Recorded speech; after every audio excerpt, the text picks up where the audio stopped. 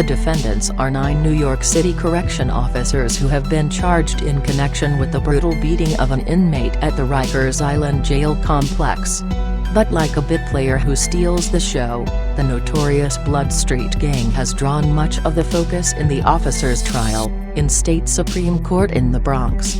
The inmate, Jamal Lightfoot, who was beaten in July 2012, was associated with the Bloods and jailed alongside other members in an area that was known as a Blood stronghold. The Bloods and its various subgroups have emerged as some of the largest and most violent of the gangs that thrive behind the walls of Rikers, according to law enforcement officials and others familiar with the jail.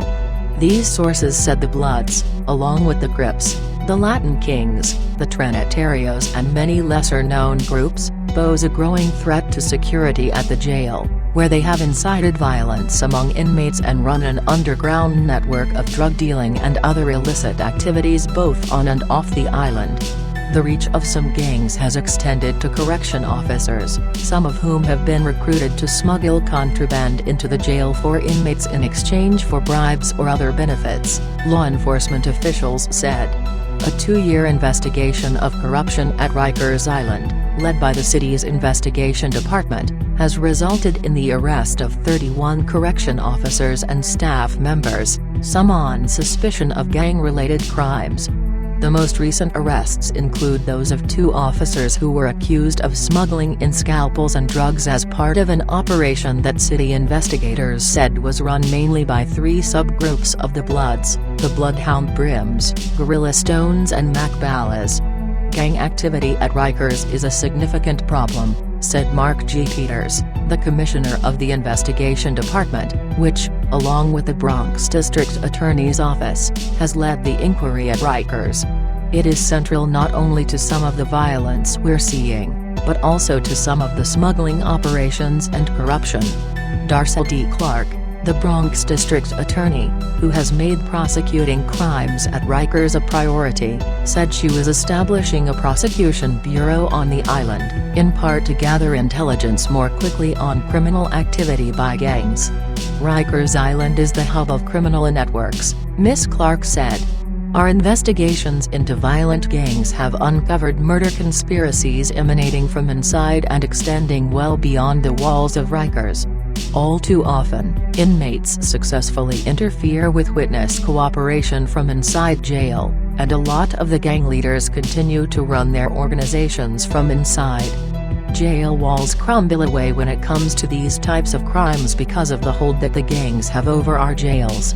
Continue reading the main story-related coverage. Rikers Island guards accused an inmate speeding will not testify. May 23, 2016 in trial of Rikers officers, focus turns to cover-up of an inmate speeding. March 28, 2016 ex-inmate describes Rikers beating as open season for guards on trial. April 18, 2016 advertisement. Continue reading the main story. Across the nation, jails and prisons have struggled to control gangs that many correction officials and gang experts say have grown bigger, stronger and more violent.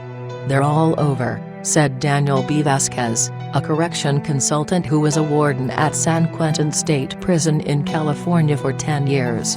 It's a serious problem for the officers and administrators to try to manage these prisons with so many gang members. In New York, gangs have fueled an increase in violence at the city's jails. In the 2015 fiscal year, there were 108 stabbings and slashings of inmates in city jails, most of which involved a gang member as either an assailant or a victim, or both, according to correction officials, compared with 41 in the 2011 fiscal year. The number of fights among inmates also rose during the same period, to 4,542 from 3,669. In May, the Correction Officers Benevolent Association, the union representing New York City correction officers, filed a lawsuit against the city, claiming that it had failed to provide adequate training and equipment and had not taken other measures to protect officers from the most violent inmates. The lawsuit specifically identified 2 reputed members of the Bloods who were responsible for dozens of correction officers being treated for potentially life-altering injuries. Correction Department officials said they would not comment on pending litigation. But they emphasized that, under Mayor Bill de Blasio, they had spent nearly $200 million to improve officer safety, including hiring additional officers, increasing training and buying safety equipment and gear. Nearly 2,000 correction officers have completed training on ways to de-escalate conflict and improve safety, the officials said. There has been a recent decline in the most serious violence in city jails.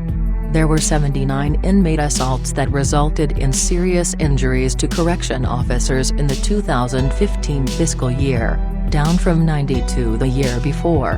At the same time, instances of force against inmates that resulted in serious injuries also dropped to 141 from 161. Rikers Island's 9 operating jails house about 8,000 inmates. Each jail is divided into sections, known as housing areas, with 50 to 100 inmates supervised by 2 officers. While the Correction Department does not intentionally place members of the same gang together, that is often what happens, in part because it can be difficult to identify gang members or parse out inmates' affiliations with various subgroups, according to law enforcement officials and others familiar with Rikers. When inmates first arrive at the jail complex, they are asked about gang affiliations, but it is unclear how forthcoming they are. Any tattoos are photographed.